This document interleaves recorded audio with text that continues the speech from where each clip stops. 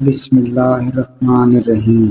ماہ رمضان میں روزے کی فضیلت اور اس کا اجر و ثواب قرآن و سنت کی روشنی میں۔ ماہ رمضان المبارک کی بڑی برکتیں، اشارتیں اور نعمتوں والے مہینے کے طور پر کی گئی ہیں۔ ماہ رمضان بڑی برکتوں، اشارتوں اور نعمتوں والا مہینہ ہے۔ اللہ تعالیٰ نے جو برکتیں اور اشارتیں اس مہینے کے ساتھ خاص فرمائی ہیں وہ کسی اور مہینے کے ساتھ نہیں ہیں۔ نیز جو برکتیں اس مہینے کے اندر کیے جانے والے نیک اعمال کے ساتھ مخصوص ہیں وہ دوسرے مہینے میں انہی اعمال کے ساتھ مخصوص نہیں ہیں۔ اس مہینے کو اللہ تعالیٰ نے دن اور رات کے قیام کے ساتھ خصوصیت عطا فرمائی ہے، یعنی ماہ رمضان اور قیام رمضان۔ نفلی روزہ رمضان المبارک کے علاوہ دوسرے مہینوں میں بھی رکھا جا سکتا ہے، اور رات کا قیام رمضان المبارک کی راتوں کے علاوہ دوسری راتوں میں بھی ہوتا ہے، مگر جو فضیلت ماہ رمضان کی راتوں کے قیام میں ہے وہ کسی اور رات کے قیام میں نہیں ملتی، اور جو فضیلت، برکت اور سعادت ماہ رمضان کے روزوں میں ہے وہ کسی اور مہینے کے روزوں میں نہیں ملتی، اس لیے کہ ان اعمال کی اس مہینے کے ساتھ ایک خاص نسبت ہے، اور اللہ تعالیٰ کو یہ مہینہ بہت ہی عزیز ہے۔ اس لیے اللہ تعالیٰ نے ارشاد باری تعالیٰ فرمایا ہے کہ روزہ میرے لیے ہے اور میں ہی اس کی جزا دوں گا۔ ایک اور جگہ پر اللہ تعالیٰ فرماتا ہے کہ روزہ ایک ڈھال ہے۔ نبی کریم صلی اللہ علیہ وسلم نے روزے دار حضرت ابو ہریرہ رضی اللہ تعالیٰ عنہ سے روایت ہے کہ آپ صلی اللہ علیہ وآلہ وسلم نے ارشاد فرمایا، جنت کے کئی دروازے ہیں، جو نمازی ہوں گے ان کے لیے باب الصلاۃ، جو مجاہد ہوں گے ان کے لیے باب الجہاد سے گزارا جائے گا، جو صدقہ خیرات کرنے والے ہوں گے وہ باب الصدقہ سے گزارے جائیں گے، جو روزے داروں کے ہوں گے انہیں باب الاریان کے نام سے دروازہ ہے اس سے گزارا جائے گا۔ اللہ تعالیٰ نے ہر عمل کے نام پر ایک دروازہ رکھا ہے، اور اس عمل کے کرنے والے اسی عمل کے نام والے دروازے سے گزریں گے۔ نمازی ہے تو دروازہ نماز ہے، مجاہد ہے تو دروازہ جہاد ہے، صدقہ خیرات کرنے والا ہے تو دروازہ صدقہ ہے۔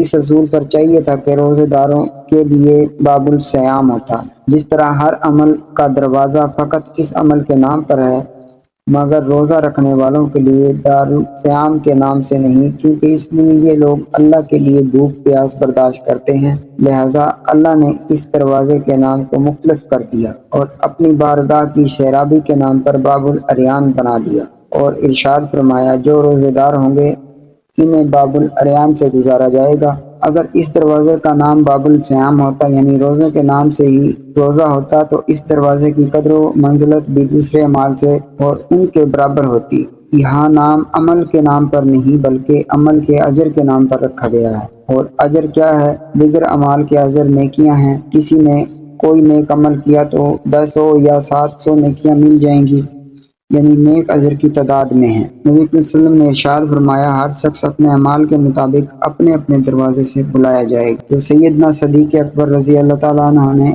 عرض کی، میرے ماں باپ آپ پر قربان ہوں یا رسول اللہ، یہ تو آپ نے فرمایا کہ ہر شخص ایک ایک دروازے سے بلایا جائے گا، تو کیا کوئی ایسا بھی ہوگا جسے ہر دروازے سے آواز آئے گی؟ آپ صلی اللہ علیہ وسلم نے ارشاد فرمایا ہاں، ایسا بھی کوئی ہوگا جس کا نام ہر دروازے سے پکارا جائے گا۔ ابو بکر، مجھے یقین ہے کہ آپ بھی انہی میں سے ہوں گے۔ اس حدیث سے جہاں حضرت ابو بکر صدیق رضی اللہ تعالیٰ عنہ کی فضیلت ظاہر ہو رہی ہے، وہاں لفظ اس بات کی نشاندہی بھی کر رہا ہے کہ حضور اکرم صلی اللہ علیہ وسلم کی امت میں کئی ایسے خوش نصیب ہوں گے جن کا نام جنت کے ہر دروازے سے پکارا جائے گا۔ روزہ داروں کو اللہ کے خاص مہینے سے نسبت کی بنیاد پر یہ فضیلت حاصل ہوگی کہ ان کے لیے باب الاریان خاص ہوگا۔ سیدنا صدیق اکبر رضی اللہ تعالیٰ عنہ کو رسول اکرم صلی اللہ علیہ وسلم سے خاص نسبت حاصل ہوئی، ان کا درجہ سب جنتیوں میں ممتاز ہو گیا۔ بس یہ نسبت جسے بھی مل جائے گی وہ بلند ہو جاتا ہے، مہینے کو مل جائے تو وہ بلند، انسان کو مل جائے تو وہ بلند، عمل کو مل جائے تو وہ بلند، جس شے کو بھی نسبت مل جائے اسی کو فضیلت ملتی ہے۔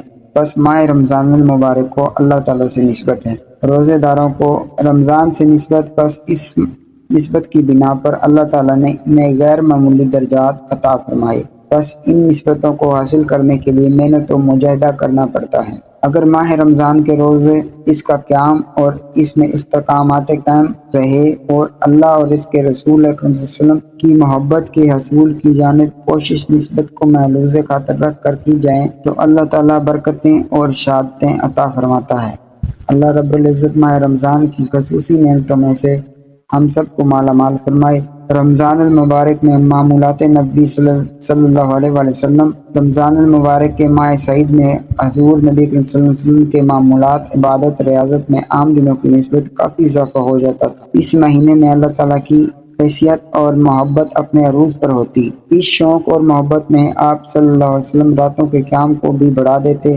نبی کریم صلی اللہ علیہ وسلم کے ان معاملات کا ذکر کیا جاتا ہے تاکہ ہم بھی نبی کریم صلی اللہ علیہ وسلم کے وائے عمل پر عمل کر کے اس مہینے کی برکتوں اور سعادتوں کو لوٹ سکیں۔ معمولات مصطفیٰ صلی اللہ علیہ وسلم کا اجمالی جائزہ اس طور پر ہے کہ معمولات رمضان المبارک کو یوں بیان کیا جا سکتا ہے: صیام رمضان، اس سے مطلب ہے ماہ رمضان اور روزوں کی پابندی کو لازم ٹھہرا لینا ہے۔ قیام رمضان، قیام رمضان کی راتوں میں نماز تراویح، تسبیح و تحلیل اور کثرت سے ذکر و فکر میں مشغول رہنا۔ ختم قرآن دوران ماہ رمضان المبارک، مکمل ختم پاک کی تلاوت کا معمول۔ اعتکاف، رمضان المبارک کے آخری عشرے ایام میں یہ نیت اعتکاف مسجد میں بیٹھنا۔ نماز تہجد، سال کے بقیہ مہینوں کی نسبت رمضان المبارک میں نماز تہجد کی ادائیگی میں زیادہ انہمام اور ذوق و شوق کا مظاہرہ۔ صدقہ خیرات، نبی کریم صلی اللہ علیہ وسلم اس مہینے میں عام مہینوں کی نسبت زیادہ کیا کرتے تھے۔ ارشاد باری تعالیٰ ہے: اے ایمان والو، تم پر روزے رکھنا فرض کیا گیا جس طرح تم سے پہلے لوگوں پر فرض کیے گئے تھے تاکہ تم تقویٰ اختیار کرو۔ روزے میں اللہ تعالیٰ نے بہت سے شرعی و دنیاوی فائدے رکھے ہیں۔ روزے کے چند فوائد کا ذکر کر دیا جاتا ہے تاکہ لوگوں کے لیے ہمت افزائی کا سبب بنے۔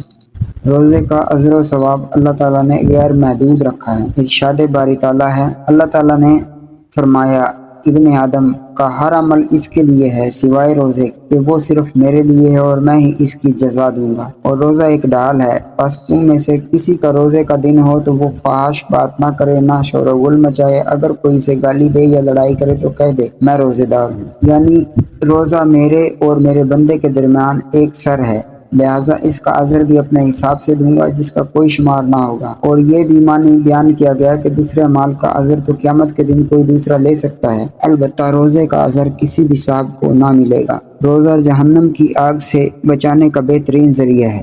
روزہ جہنم سے ڈھال اور مضبوط قلعہ ہے۔ روزہ بندے کے لیے جنت کا سبب اور جہنم سے ڈھال ہے۔ نبی کریم صلی اللہ علیہ وسلم نے ارشاد فرمایا: جو بندہ اللہ تعالیٰ کے لیے یا اللہ کے راستے میں ایک دن کا روزہ رکھ لے گا تو اللہ تعالیٰ اس کے چہرے کو جہنم سے 70 سال کی مسافت دور کر دے گا۔ ایک اور ارشاد ہے: روزہ جنت کا راستہ ہے۔ حضرت ابو امامہ رضی اللہ تعالیٰ عنہ نبی کریم صلی اللہ علیہ وسلم کی خدمت میں حاضر ہوئے اور کہا: یا رسول اللہ، کوئی ایسا عمل بتائیے کہ اسے انجام دوں تو اس کی وجہ سے میں جنت میں داخل ہو جاؤں۔ آپ صلی اللہ علیہ وآلہ وسلم نے فرمایا کہ تم روزہ رکھو، اس لیے کہ روزے کا مقابلہ کوئی عمل نہیں کر سکتا۔ راوی بیان کرتے ہیں کہ یہ فرمان نبی سن لینے کے بعد حضرت ابو امامہ کے گھر میں دن میں دھواں نہیں دکھائی دیتا تھا، یہ کہ آپ کے یہاں کوئی مہمان آ جائے۔ چنانچہ جب لوگ دن میں آپ کے گھر دھواں اٹھتا دیکھتے تو جان لیتے کہ آپ کے یہاں کوئی مہمان ضرور آیا ہے۔ روزے دار کے لیے جنت کا ایک خاص دروازہ ہے جسے ایک امتیازی شان یہ حاصل ہے کہ اس کا نام ابو ریان رکھا گیا ہے، جو اللہ تعالیٰ نے فقط اس کے اجر کی بنیاد پر اس کا نام رکھا ہے۔ روزہ قرآن اور قیامت کے دن بندے کی سفارش کرے گا۔ روزہ کہے گا: اے میرے رب، میں نے اسے دن میں کھانے پینے اور شہوت کے کاموں سے روکے رکھا، لہٰذا اس کے بارے میں میری شفاعت قبول فرما۔ جس شخص نے رمضان کا روزہ ایمان اور احتساب کے ساتھ رکھا، اس کے سب گزشتہ گناہ معاف کر دیے گئے۔ ایک اور جگہ ارشاد باری تعالیٰ ہے: اس ذات کی قسم جس کے ہاتھ میں نبی صلی اللہ علیہ وسلم کی جان ہے، روزہ دار کے منہ کی بو اللہ کے نزدیک مشک کی خوشبو سے بھی بہتر ہے۔ نبی صلی اللہ علیہ وسلم کا ارشاد ہے: روزہ صحت انسانی کا ضامن ہے۔ اس میں کوئی شک نہیں۔ اس سلسلے میں جتنی حدیثیں مروی ہیں سب ضعیف ہیں، البتہ نقطہ نظر سے روزہ انسانی صحت کے لیے ایک اہم چیز ہے، بلکہ اس وقت دنیا میں سب سے اہم مراکز کا قیام عمل میں آیا، جس میں بعض خاص قسم کے مریضوں کو بھوکے رکھ کر ان کا علاج کیا جاتا ہے۔ اللہ تعالیٰ سے دعا ہے کہ ہمیں ایمان اور احتساب کے ساتھ روزے رکھنے کی توفیق عطا فرمائے اور اس رمضان المبارک کا مکمل احترام اور اس سے فوائد حاصل کرنے کی توفیق عطا فرمائے۔